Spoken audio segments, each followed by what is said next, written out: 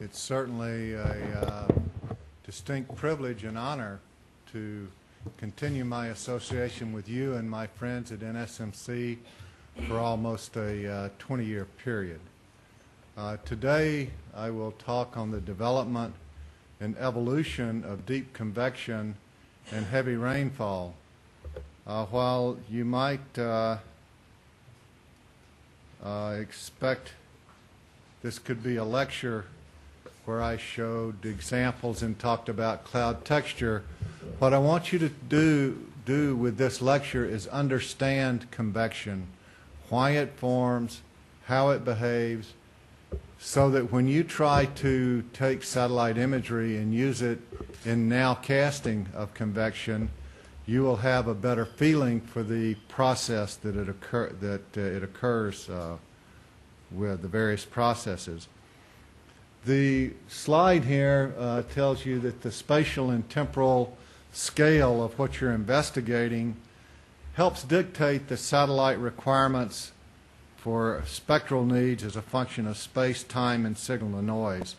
When you're nowcasting convection, you require frequent imaging and sounding that can really only be provided by the geostationary satellites, because the geostationary satellite sees the process as it occurs, while the polar orbiting satellite only sees the effect of the process. However, as we go through this lecture, I hope you will even be able to take imagery from polar orbiting satellites and understand the process that has occurred and how that can lead to future convective development. This is a very interesting image. It's one taken in a research mode. The animation is the first ever at 1 minute interval of a large severe thunderstorm. The area covered is approximately 100 by 100 nautical miles. It's 1 kilometer resolution imagery. You see the large thunderstorm in the middle with the strong overshooting top. What you're also able to see with imagery at such frequency is the motion of the clouds at different levels.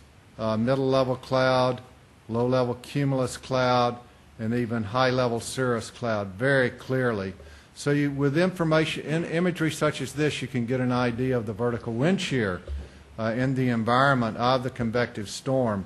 We'll learn that this bright area showing up down here at the bottom of the picture at the very end is the thunderstorm outflow boundary moving out from that storm. It's very interesting with geostationary satellites that you rarely have a view straight down on the top of the storm, but you're looking out over a curved Earth, and you actually have a three-dimensional perspective of cloud development. For example, up here in the top of the image, you'll notice that you're seeing the bottom, the side, and the top of these clouds as they grow. So with this 1 minute interval imagery, we're actually able to see the vertical growth rate of clouds. The major focus of this lecture is going to be understanding the development and evolution of deep convection. We'll go from air mass thunderstorms to severe thunderstorms. It won't go into any detail on hurricanes and tropical storms. That's a totally different Topkin lecture.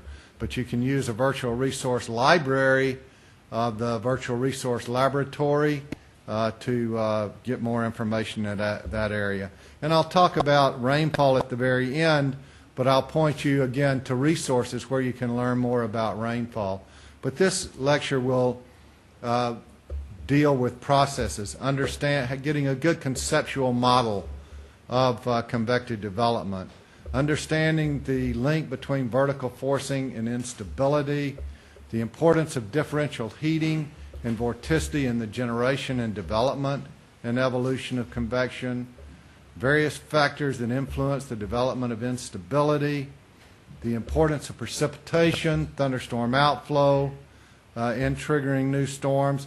Understanding the nonlinear aspects of deep convective development is very important when you go and try to nowcast this phenomena.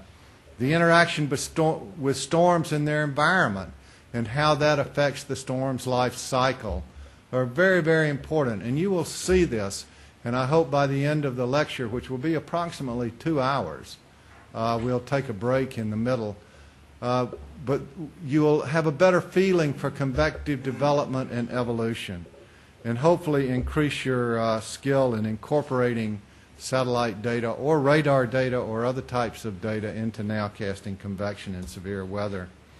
There are a number of resources, the Virtual Resource Library. We have a paper on this, an electronic version in that virtual lab, and there are some other resources you can find through the virtual library. Let's go on now and talk about mesoscale development. What you see here is a large squall line with severe weather developing across the central part of the United States. This is 2-kilometer resolution data. It goes from the state of the border of Texas and Oklahoma through Kansas and up to Nebraska. So it's several hundred kilometers in length. And what it shows is the interaction of many different scales that are leading to the development and evolution of deep convection. The only tool that's available that you can observe the various scales from the synoptic scale down to the mesoscale and their interaction is the geostationary satellite. For example, here you see the low pressure center out here, jet stream cirrus coming across this way, a large squall line develop. You can even see clues in the cloud field out ahead of that squall line with regard to their instability. The geostationary satellite gives you this broad perspective. Conceptual models are the key to nowcasting. There are a number of conceptual models. Here's a conceptual model of a warm and cold conveyor system. It's very famous. It's from the Bader et al. Treatise on satellite and radar imagery interpretation.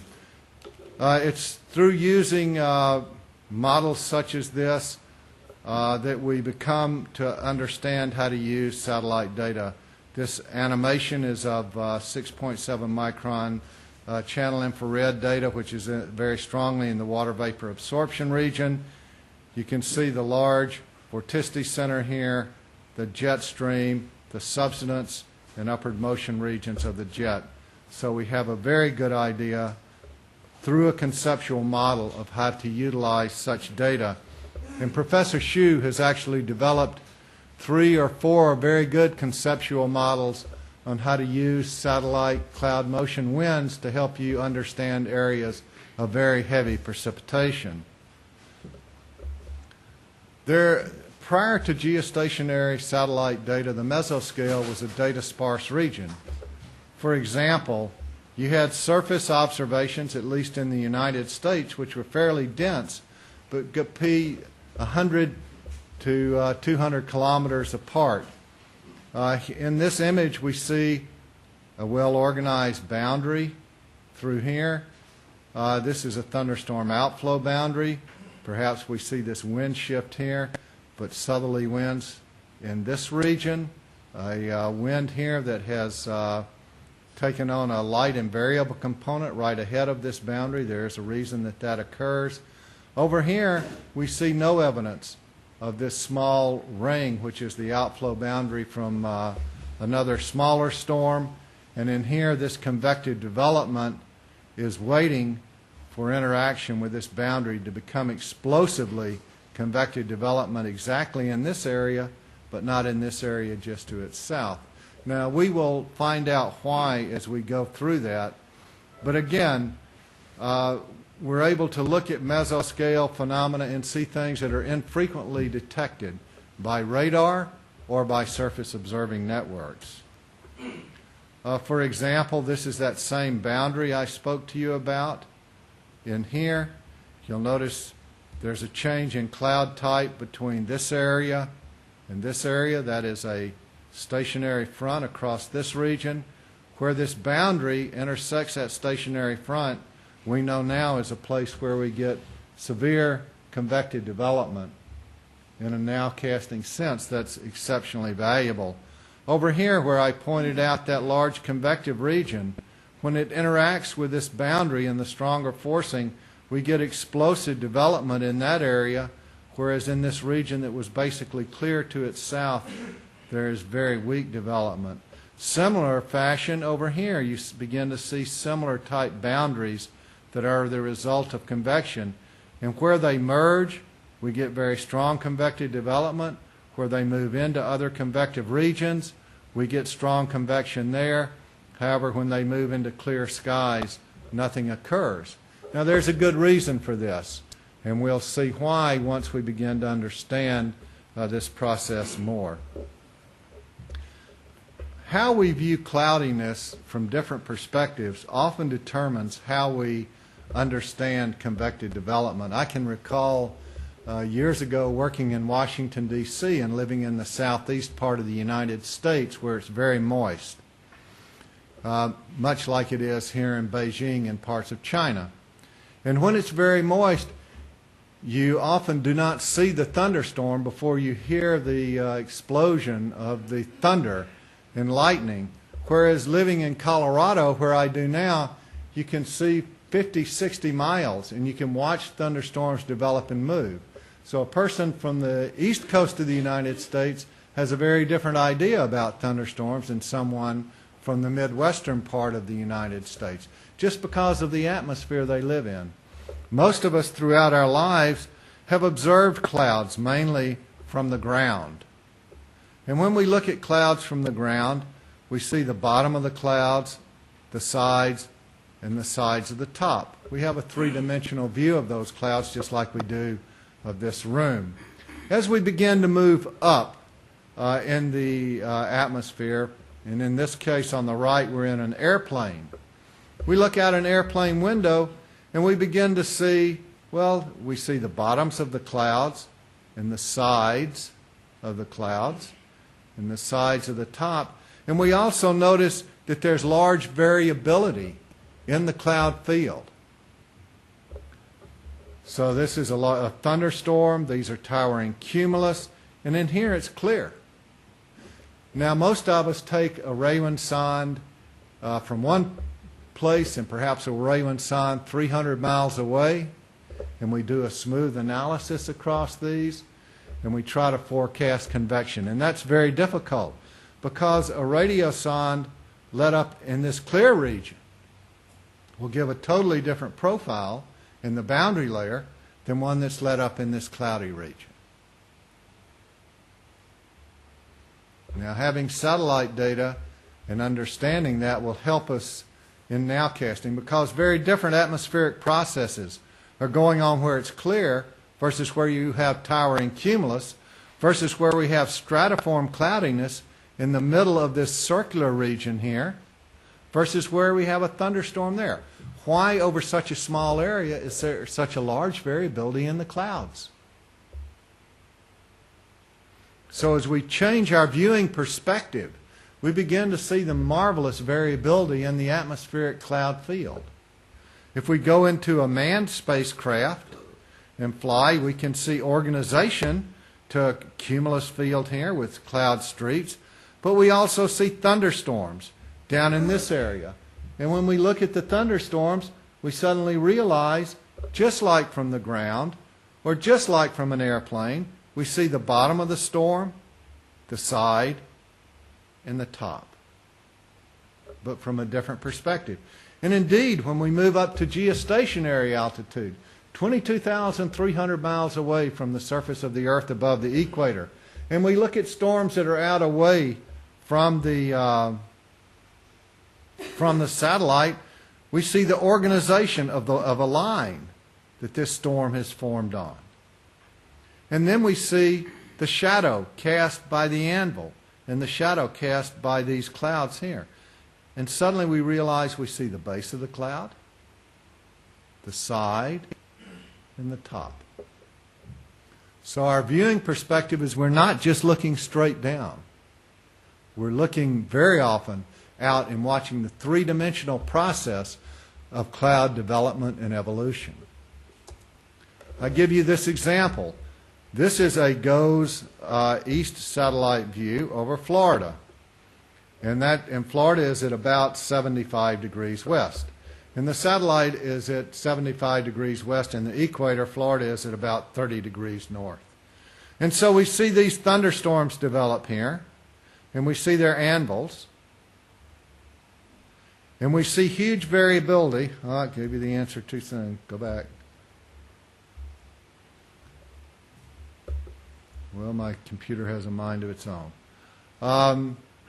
And we see large variability in the cloud field. But I ask you, from looking at this view, which of these satellites is, or not satellites, but thunderstorms is active and which is not.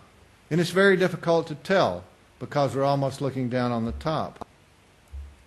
But if I go to a western satellite, which is at 135 west in the equator, where I'm looking at a very strong angle to the horizon, these are those same clouds over Florida. I notice this one, I see the base of the cloud, the side, and the top blowing away. This storm up here has died. It has no active thunderstorm area. And this storm is in the development stage, and I see many towering cumulus going up into the side of that storm. But I do see marvelous variability in the cloud field over Florida. I want to talk a few minutes about water vapor in the boundary layer because that's very important in understanding deep convective development, because moisture in the boundary layer is the fuel that causes deep convection to go so strongly.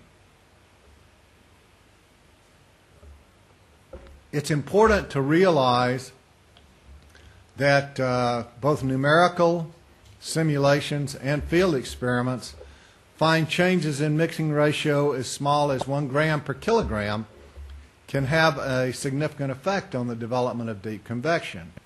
This is not surprising if you realize that when you condense 1 kilogram or condense a gram of water vapor into a kilogram of air, which is about a cubic meter at sea level, you raise the temperature of that air by 2.5 degrees Kelvin. That's a significant increase in heat, which then can give rise to buoyancy. And in fact, if a thunderstorm realizes an additional 1.6 grams of water vapor per kilogram of air into its updraft, you have the potential of doubling that storm's energy. Doubling it. So water vapor is exceptionally important. We've had field experiments that have shown that there is significant variability in low-level moisture over scales of 25 kilometers or less, and I will show you some of that in just a minute. The geostationary satellite is capable of mapping at the required high temporal and spatial resolution the state of evolution of the convective environment, which is reflected in its cumulus field. So in the development and organization of that cumulus field, it is showing you how the moisture is developing within the environment. Here is an experiment. It was over Florida. There are 2 radiosondes that have been let up, one here and one here, at the same time. And those radiosondes are about 10 kilometers apart. So they're very close together. If you go and look at the profiles for those radiosondes, the thermal profiles look very closely to the same. But what I've outlined here in yellow is the difference in the moisture profile. And you can see that one of those soundings is significantly more moist than the one 10 kilometers away. The sounding in the cloudy area, 2 grams per kilogram throughout the boundary layer versus 10 kilometers away. Now this is a complicated diagram, a series of soundings again let up in very close proximity. And what I want to point out in both of these is the chart in the upper part of the image. For the 3 different soundings, all released at the same time over an area about 25 or 30 kilometers apart, we have lifting condensation level, LCL, a level of free convection, LFC. We have CIN, which is convective inhibition, or the amount of energy you need to put in to drive deep convection. Then we have our lifted index, and we have what's called CAPE, which is convective available potential energy. And I just want you to realize this. Two soundings, very close together. The field you're most likely work with is lifted index. One has a lifted index of minus 1.7, one very near minus 3.8. If we look at the convective available potential energy, one is 607 joules per kilogram. The other is almost 3 times that amount. 3 times the amount of energy to drive deep convection in soundings that are very close together. Another experiment, very similar results. A lifted index of about minus 2, but a convective available potential energy of only 420 joules per kilogram, where a nearby sounding has 4 times the amount of energy available to drive deep convection because of the amount of moisture that's available in those very, very close together regions. We've done a number of experiments where we've looked at the relationship between convergence zones and the development of strong convection. This is an example here. You see this line of clouds, cumulus clouds taken from the ground, and you'll notice that soundings, and this is aircraft penetrations plus soundings, through that convergence zone show a much deeper column of moisture existing over about a 20-kilometer wide area in that convergence zone versus on the west side of it or the east side of it. So much stronger moisture to drive deep convection in a very narrow convergence zone on the mesoscale. This is just 3 soundings that were let go, one to the left of the convergence zone or to the west in dry air, DVR, one right beneath the convergence zone, M3, which means mobile sounding number 3, and one over here in the blue area in the moist region, BYR. If you take these soundings and lift the moist layer, you find that the DVR sounding, the region in here, once you reach convection, you are still much cooler than the environment and would have to force up very strongly to get deep convection to form in this area. And in fact, it won't form because there's no positive area once that parcel even gets into the unstable region above. Down here at BYR, there's a low-level inversion. And we take this moist layer and lift it. Once we get condensation, we still have to overcome this negatively buoyant region to get a very small area of free convection.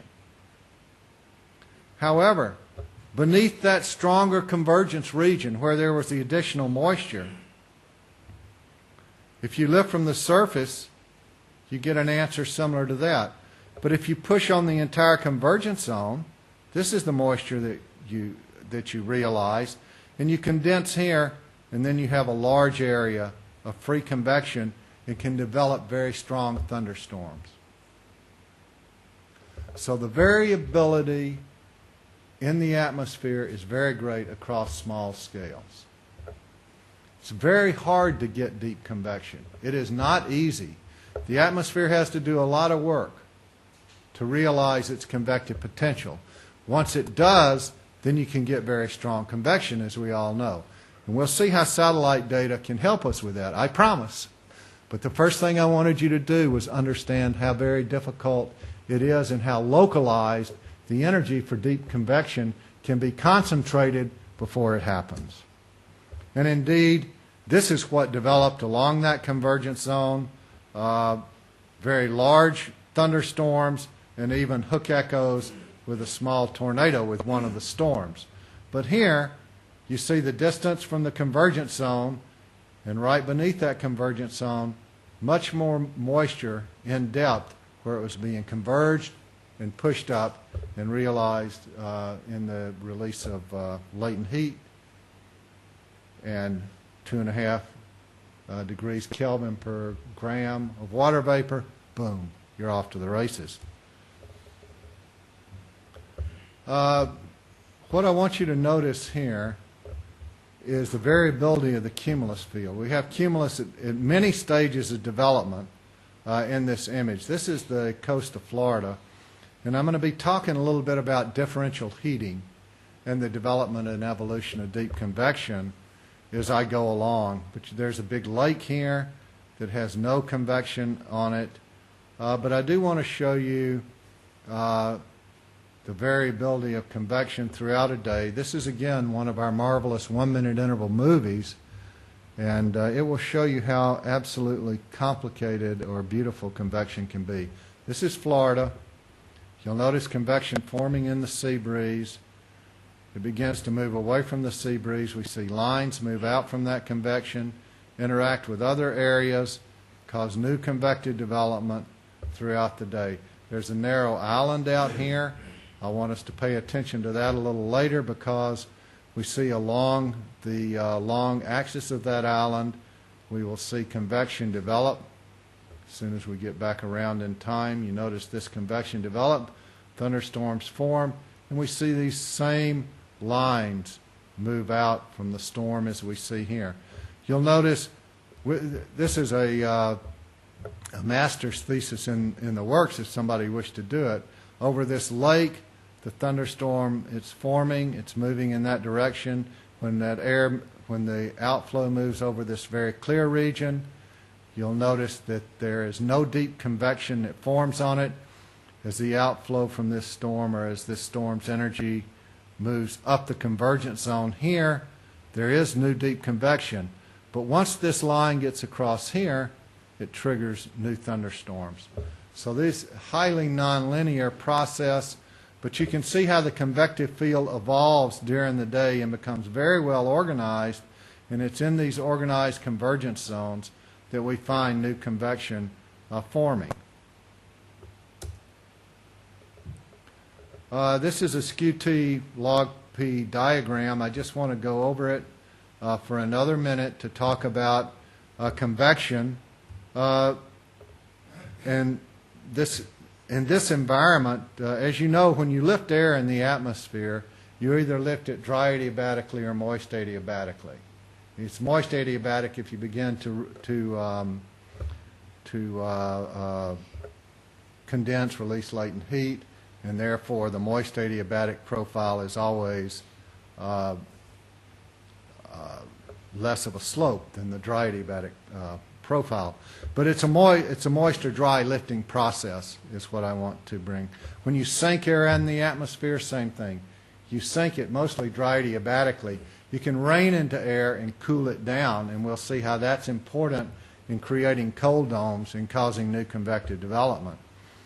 But as you know, when you take air, you begin to mix and lift that air, and you get to what's called the LCL. It's called the lifting condensation level. There's a good reason it's called the lifting condensation level, because you have to lift to get to that point to get clouds. It doesn't happen for free. You have to lift. If you continue to lift that air, so we lift dry adiabatically, get condensation in LCL, then we begin to release latent heat, but the air is still cooler than its surrounding environment. So you must continue to lift that air through a negative region until you get to what's called the level of free convection. And then you can begin to use the latent heat release to get a positive area and drive that convection. But you must realize when you're looking at a cumulus cloud field, and the cumulus clouds, and not thunderstorms, there is something that has not reached a level of free convection, and there is a lifting mechanism that is doing work trying to get it there. Now you can heat up to an adiabatic temperature where you can freely lift the air and get to a convective condensation level in a positive area. This is something we'll talk about along the sides of mountains or whatever. Rarely is it one of the processes, but a mixture of the two. It's both heating and lifting that goes into convective formation. But we must understand that you have to input work to get that convective development. This is just an example of how much energy is required to get free convection. And it's, in this case, you can look at the numbers yourself, but we've got a region where we just want to reach a level of free convection with about a tenth of a meter per second, so our air will continue to go up with the release of latent heat. And we find that in even a case with a modest amount of negative energy to overcome, we have to put in about 3 or 4 meters per second vertical forcing throughout that boundary layer to cause that deep convection to occur. That's significant. And that's why convergence in these regions is important. Localized forcing in organized convergent zones over time. So that, I know we all understand this, localized forcing in organized convergence zones. But the important thing is integrated over time. It has to be integrated over time. We can talk about vorticity on a number of scales. When we're talking of convection, I like to talk about it on the local scale where we get convergence on pre-existing vorticity. You can think of the ice skater where you have a mass that's spinning and you bring it to a more concentrated volume and you spin faster. Or you have vorticity in one fluid plane, and by an updraft you might pull that vorticity and cause that rotation to be in a different plane. You can take vorticity from one area and move it to another, or you can, no pointer, no pointer. I will use this to point because this is being recorded, and if I don't use this pointer, it will not work. Or differential heating. Now, the important thing is, of all of the vorticity mechanisms, the only one that does not require pre-existing vorticity is differential heating. Okay? That's the only one. In differential heating, when you think of it, you can think of the heating between the equator or the poles, or something more we think about more really in differential heating is the land sea breeze phenomena, or a mountain valley breeze. Another differential heating mechanism we'll talk about a little later that comes into being very quickly is because of the rain-cooled air due to a thunderstorm and the evaporation and the very quick setup of a differential heating mechanism. Very quick, very dramatic, very powerful. This is probably the most well-understood, strongly studied of all phenomena is the land sea breeze, where we heat over the land. Over the water, we don't heat during the daytime. That sets up differential heating, so the air begins to move inland from the sea to the land into a convergence region. In that convergence region, the air goes up. At the same time, you begin to get sinking over the water because of the air moving inland, and you actually set up a circulation in the plane that is the horizontal and vertical plane. So in the vertical plane, like this wall, where the stage I'm on might be the ocean, and where Professor Hsu is would be the land during daytime, the land heats up very quickly. The cooler air here begins to move inland. It hits this hot air, it begins to go up, but the air over here, because I moved air in, begins to sink, and I get a circulation starting. That's vorticity. Okay? Now that leads to the development of convection, often very much stronger in a peninsula region where the sea breeze will converge from two different directions and cause earlier thunderstorm development. Where we have a coastline with a shape like this, The sea breeze moves inland in a divergent fashion, so we get the sea breeze further inland. Let's take a look for a minute at the early stages of sea breeze development. And I'll click on this a few times. This is a case, again, over my favorite observing site for the sea breeze, which is Florida. You see clouds begin to develop and move inland. The wind in this case is blowing from the east to the west. The sea breeze over here will develop much later. But here we see the very organized sea breeze that has occurred, and convection is actually underway along this sea breeze. There are other interesting things going on out here that we'll talk about later. Often a peninsula is a place of earlier convective development, again, where the sea breeze will converge from two different directions, and as I pointed out, move further inland. Now, very clearly you can see this peninsula here. This is north of Australia. And you'll notice the sea breeze coming in from the south and down from the north, and as the sea breeze converges from those areas, you get strong and early convective development along that where those two sea breezes merge.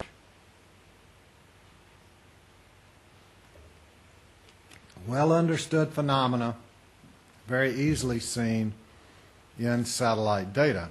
Some of the other phenomena we see in here may not appear quite as easy to diagnose as is this sea breeze, but we'll understand that they actually are as we move along in this presentation. In the nighttime, as the land cools off and the sea remains warm, we get the opposite effect, the land breeze. The land breeze is in most cases not as intense as the daytime sea breeze, because the cooling over land is much more gentle or much more gradual than the daytime heating that will go on over land.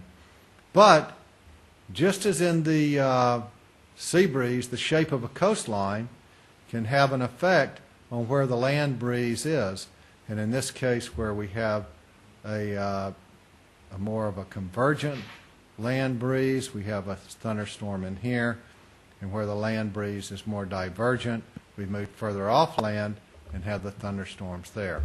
And this is a very early morning satellite image that we're looking at to see the organization of the land breeze and its convection. When there are very strong winds, you get a lot of mixing, and the land breeze is not near as strong, similarly with a sea breeze. In a similar fashion, mountains have their own breeze regimes that develop due to heating. The reason is the side of the mountain can heat up very rapidly, whereas as you go out from the side of the mountain, the sun's energy is penetrated almost directly through, although there is some absorption, as we've talked about in other parts of the course we've been teaching. But the sides of the mountain heat up very quickly, and the air begins to move up the side of the mountains and sink outside or a kilometer or so away. So you again develop this differential heating mechanism, and so above the mountain ridges you get very strong convective development. And we see this day after day after day in mountainous areas. Similarly, rivers or river systems can have an effect on convective development. This is a series of rivers in the United States, in the state of Georgia, which is just to the north of Florida.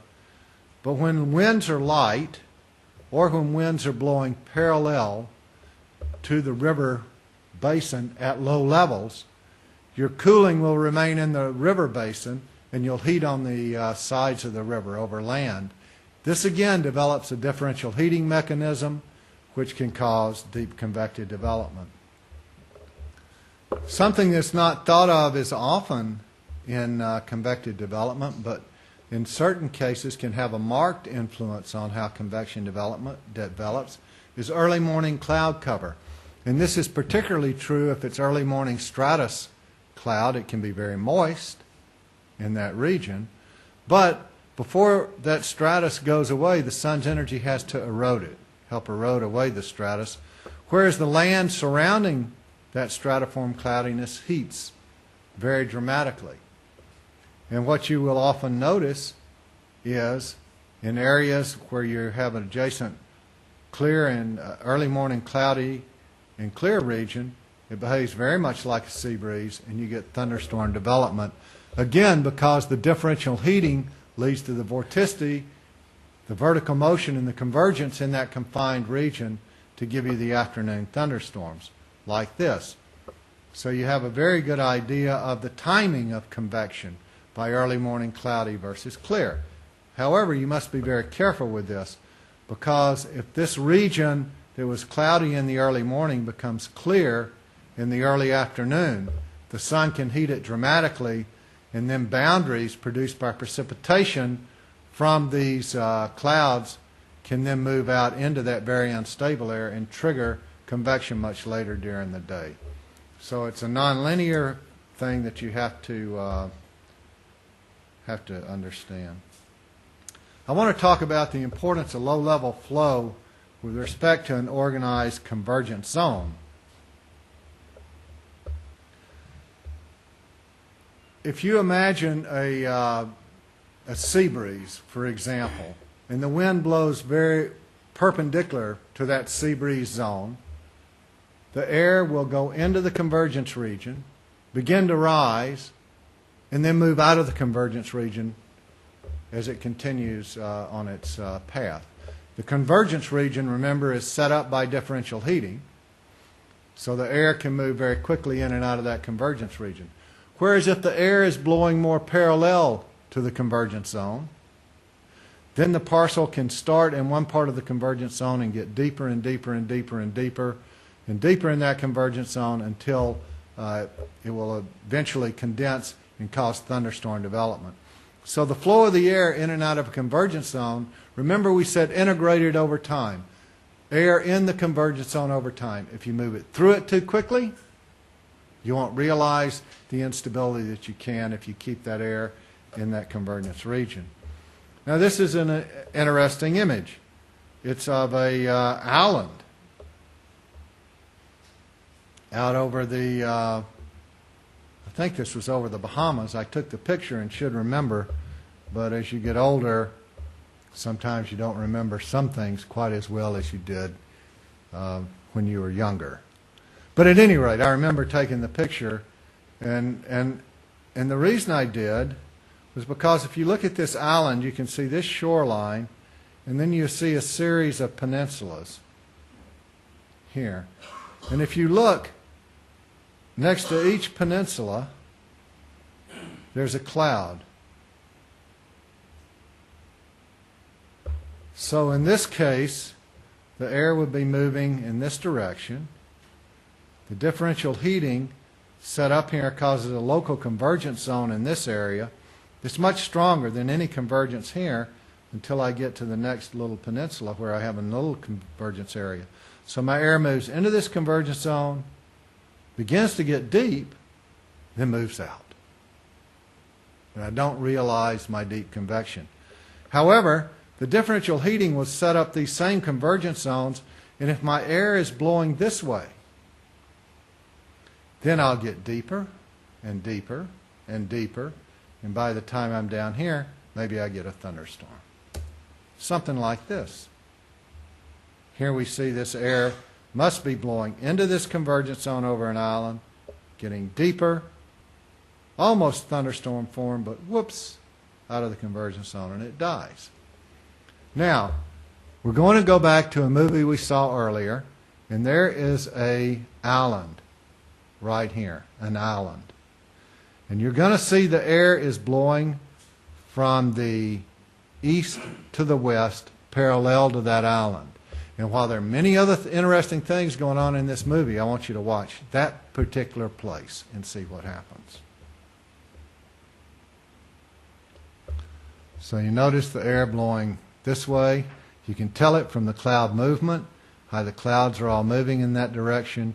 You see the convective line that forms over the island, and deeper and deeper and deeper down the long axis of that island, you stay in the convergence zone until you form deep convection, and that deep convection then moves out over the ocean and different things happen. If the wind were blowing in a different direction, that would not occur. Now we'll come and look at this movie in more detail later. One of the, maybe I'll go back. I like this movie. I want to show you one other thing. Look out over the water.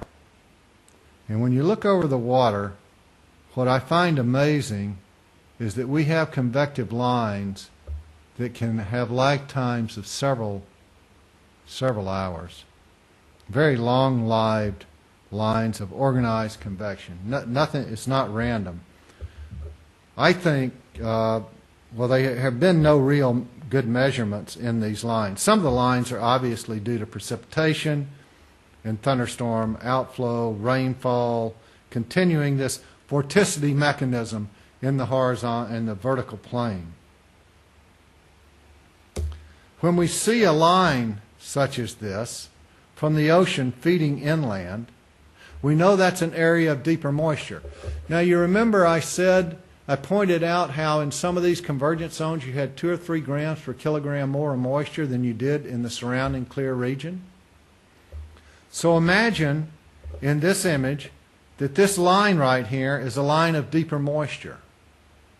And that line of deeper moisture feeds inland into a convergence zone, and lo and behold, what happens? It's where that deeper moisture mechanisms hit that upper vertical motion mechanism that you get convection. Not to the right of it, not to the left of it, but right where those processes come together. Now I can tell you, I know very quickly that the air is blowing across this way, from east to west. The reason you can tell is, number one, the cumulus are out here being blown from the land over the water and then dissipating. No reason cumulus should ever form out here. And the other is you see these streets develop. Now when you see streets develop like this then, and I'll go back, you should begin to think, well, this region right here, where it's more clear, doesn't have as good a chance to support strong convection as this little cloudy region right here, because there's a little deeper moisture. I've overcome some of the negative energy area. I don't have to do as much work. So you suddenly begin to realize when you look at a satellite image, or when you look at a sequence of images, you're looking at the process going on in the atmosphere. You're looking at the organization of the moisture and the circulation fields that are giving you deeper moisture in one place than another. You're looking at areas where you don't have to do as much work to push that area up and cause thunderstorms to form as you do right beside it, where it's becoming clear. Suddenly the atmosphere begins to make an awful lot of sense. And it's on a small scale. And that's how the atmosphere puts itself together, on a small scale. This is another example of the effect of low-level wind in the boundary layer on convective development. It's illustrated in this slide and the next few slides. Here we see the convection forming in that peninsula region. But notice we can see when we went back to the previous slide, whoops, I went the wrong direction, I'm sorry. The previous slide, we see that the winds are blowing in this direction, from the south up toward the north. And what happens then is all of the convergence zones are moved to the north sides of these small islands. And that's what you begin to see. The air moves across this one so fast, you don't get any convective development. The sea breezes are all set into the northern coast of this region. And in this small island, notice it's not until you get up to here that convection forms, because the air is blowing across this convergence zone, and it's not till it gets up into the northern reach that you start to get convective development. This goes on later in the day, and indeed you see under this type of flow, it's on the northern tip of this island where you get showers and thunderstorms forming, where it's very different down on this part of that island. Where I think now we can begin to understand a little better why we get earlier thunderstorm development and how terrain plays such an important role in that. Where you have peninsulas, you get merging and earlier thunderstorm development.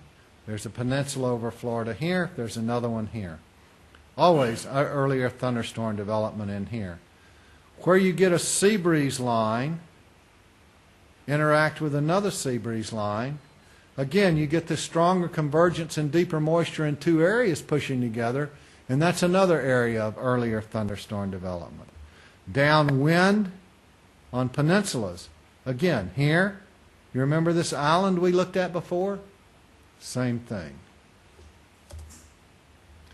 You can develop climatologies to help you understand the influence of peninsulas on thunderstorm development. I won't go into that in any detail except to say if you develop local climatologies using satellite data where you average images together for the same time of day, be very careful that you stratify by boundary layer flow so that you don't mix together flow from the south cases with flow from the north. One might be dry, one might be moist.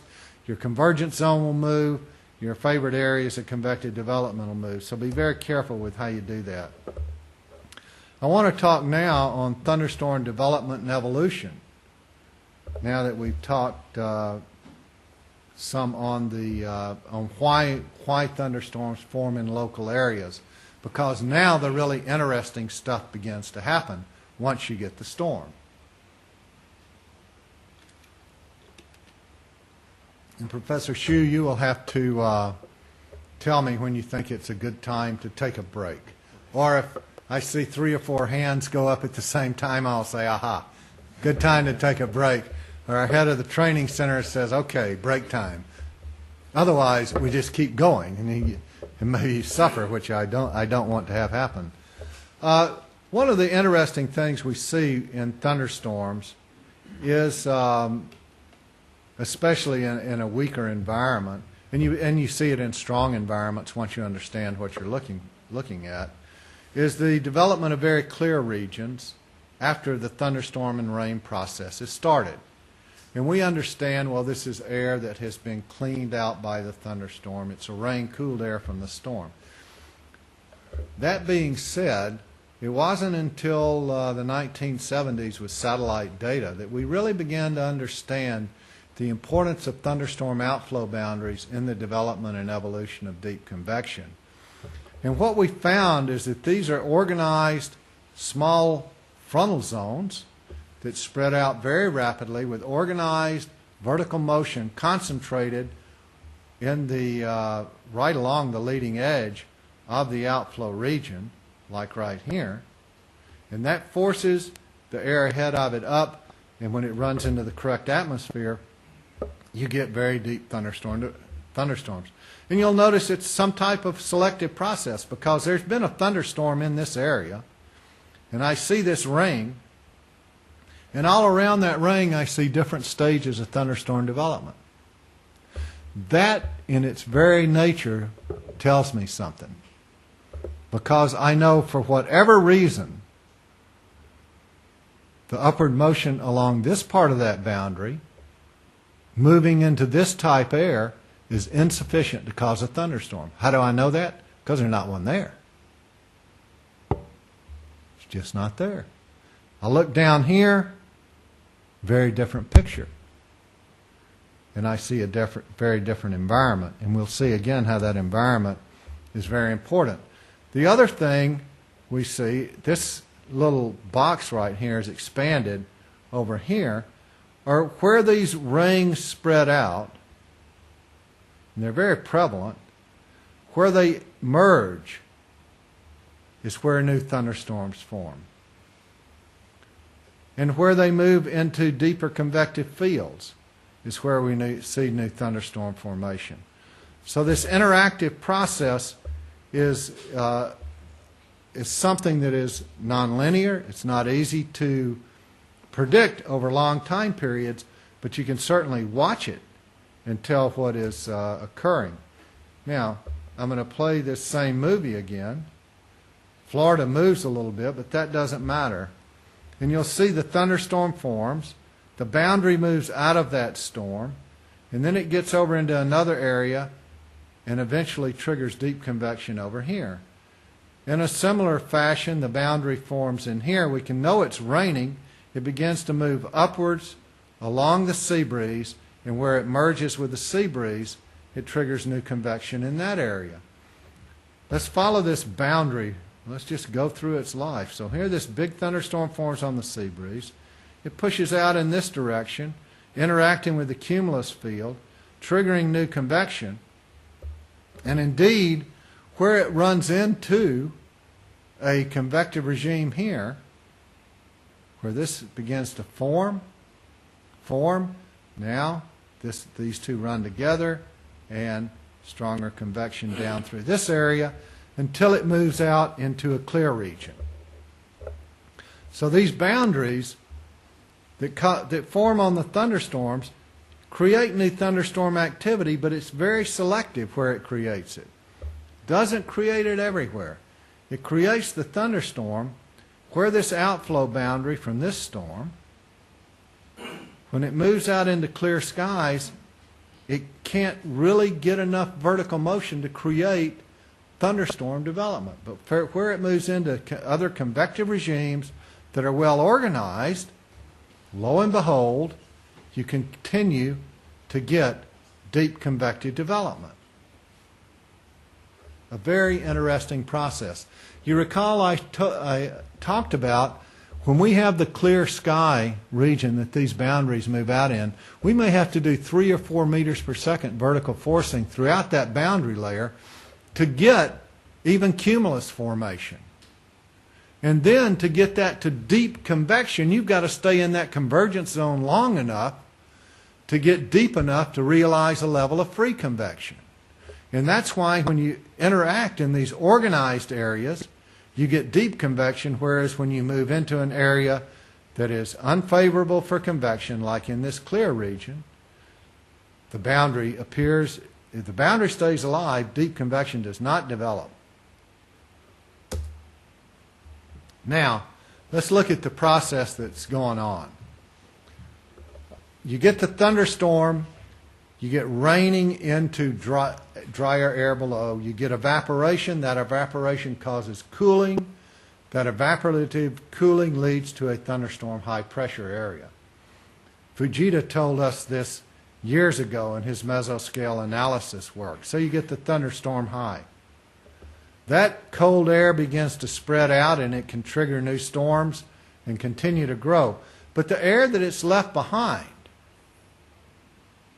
sinks, and it sinks in an adiabatic process, so it becomes warmer, and it may maintain the same mixing ratio, but it becomes drier relatively speaking, and the skies become clear. That's why the clear, stable skies behind the thunderstorm.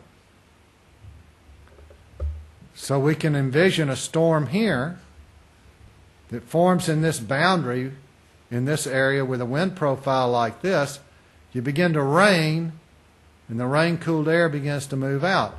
The storm may move off to the right in this case. When it moves off to the right, it still leaves that rain-cooled air behind. It's not going anywhere. It can't get up and run. It's got this high pressure that's kind of pushing it out. It might sink. So in this area, we've created a new boundary layer that's different than was there before. And this rain-cooled air but continues to move out, triggering new convection. So in this region, back here, we've created, this process has occurred, and our sounding now looks something like that, more stable. Whereas out ahead of it, we may still have an unstable sounding. But the wind that was blowing in this direction now has to blow across this cold dome. So you decouple it. One of the reasons that we get stronger winds sometimes in the afternoons is because we heat up and we begin to bring momentum from aloft down. We mix and we get windier. But when you put a boundary like this down there, you're decoupling that boundary layer. So you can get a stronger wind, but above the surface, behind one of these boundaries. Well, in my youth, I went out and flew through these boundaries because I wanted to see what they were like, to understand what went on. So this is one of the cases I flew in this small plane. I wasn't the pilot, I was the scientist that sat in the back. And this is a type thing you would find as you flew through one of these outflow boundaries. About a 5 or 6 kilometer wide convergence zone. And in that convergence zone, here, I better explain the diagram. In the upper part here we have temperature, and this is temperature excursion. In the lower part we have dew point excursion from the environment out in here. So this is from the environment out ahead of the storm. And here we have the wind profile in the vertical. And what you notice as you fly through this arc cloud line region is you get a fairly little turbulent area, then strong upward motion. And then the upward motion subsides as you get out into the cooler, more moist air behind the boundary. But it can be strong upward motion up to several meters per second in that convergence zone. The other thing that is so interesting is that while the air in the front part of that updraft region, or that air being forced up, is typical of the environment, the air behind it is typical of the environment mixing with the cooler, more moist air out of the thunderstorm. So we actually get a mixed updraft region. Now, this is interesting. And I know, and I'll just dwell on this in the idea of weather modification, and we'll take a real quick little break. Very quick little break, like 5 minutes, because we need to get back and stay on time. But if, figure this, if weather modification actually works, and there are people that say yes, people say no, doesn't matter. If I put a agent in a cloud that causes rain, and that agent is then it's got to be reflected in the outflow region of that cloud, right? And if it's reflected in the outflow region of that cloud, then it's going to be in the updraft that occurs along the arc cloud line. So your seeding not only takes place in that one cloud, but it moves out from it as a second generation of seeding material, perhaps in this part of the updraft along that arc cloud line, which may cause new thunderstorm. So we'll go on this conceptual model of the arc cloud line, then we'll stop for the break. So we get precipitation, a cool outflow jet. This is differential heating very strongly in here. So we get this solenoidal circulation. We're having air forced up in the environmental air, as well as air from within the boundary, and we create an arc cloud line. That arc cloud line is not causing new thunderstorms to happen in this case because the upward motion is not strong enough over time to maintain deep convection. So the outflow boundaries appear as narrow cumulus lines in satellite imagery as they advance away from a dissipating thunderstorm area. You know they're not strong enough on their own to cause thunderstorms because they're not. They're an arc cloud line. They're cumulus. They have to interact with something else to cause that. Why thunderstorm development in some areas is not another. Very simple explanation here. We got clear air, in this case, out ahead of the arc cloud line. We've got a lifting condensation level, and all of this vertical motion that we have is only strong enough to lift to this level where we get clouds developing, but we don't reach a level of free convection. In the area where we do get that deep convection, we can have a pre-existing cumulus region with more moisture, more organized convection.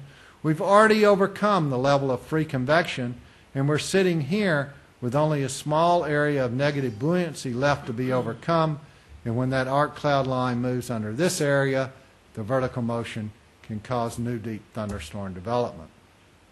We'll look at what happens to outflow boundaries over time, but I think now we'll take a break for 5 minutes and then come back. Thank you. Okay. We take a short break for 5 minutes, and please come back on time. Because regardless whether you're here on time, I'm afraid I'll have to start on time. I want to take a very quick check on where I am in the lecture.